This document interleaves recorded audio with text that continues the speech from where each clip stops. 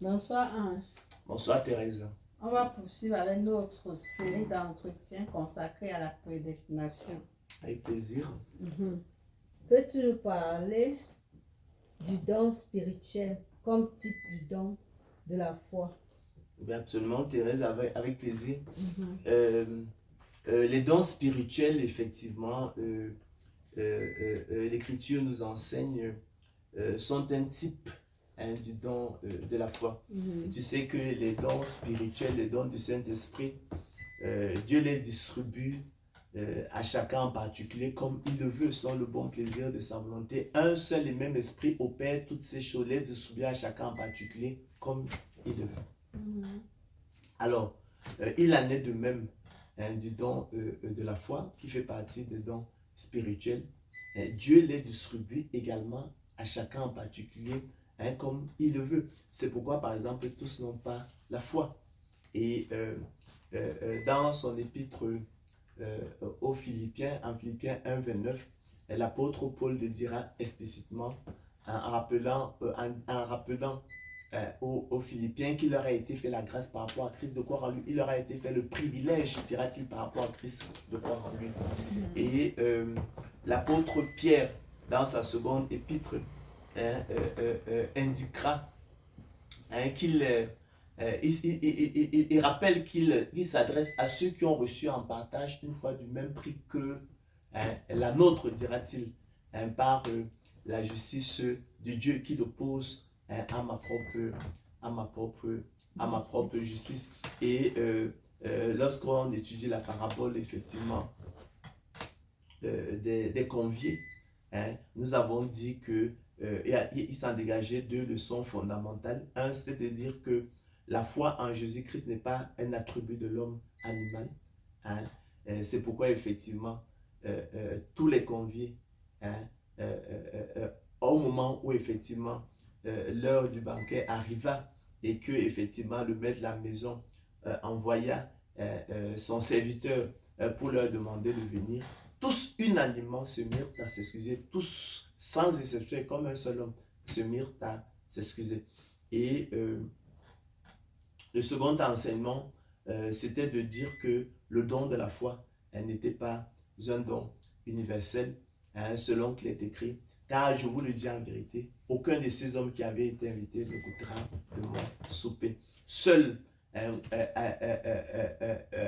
goûteront du souper du maître de la maison. Seuls seront acceptés, viendront, répondront à l'appel de l'Éternel. Seuls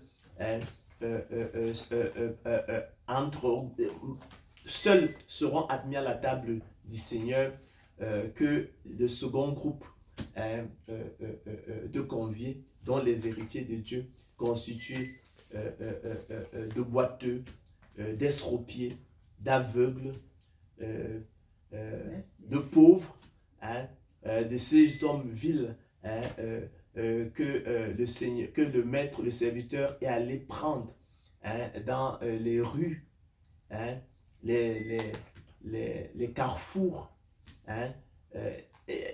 les contraignant en fait de venir effectivement dans la maison du Père. Donc, de même que un seul et même esprit opère toutes ces choses, les distribuer à chacun en particulier comme il le veut. De même aussi, le même esprit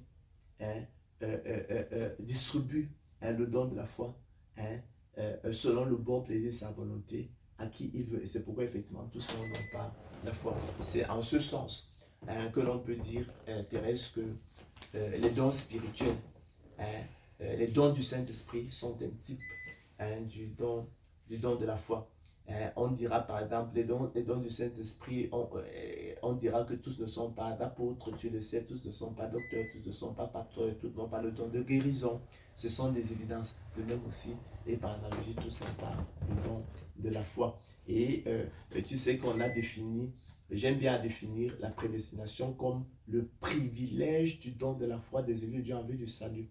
Le privilège de la semence de Dieu en eux, en vue du salut.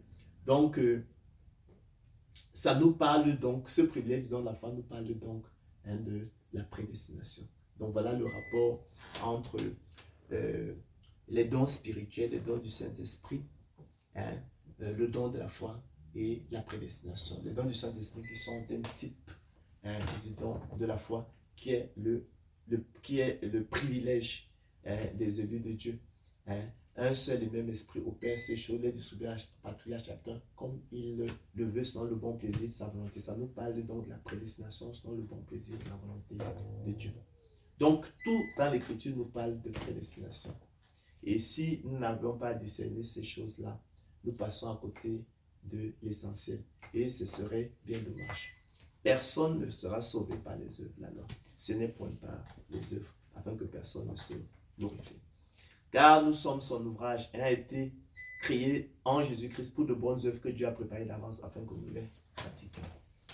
Voilà, Thérèse, ce que nous pourrions dire sur la question. Merci, Ange. C'est moi, Thérèse, qui te remercie.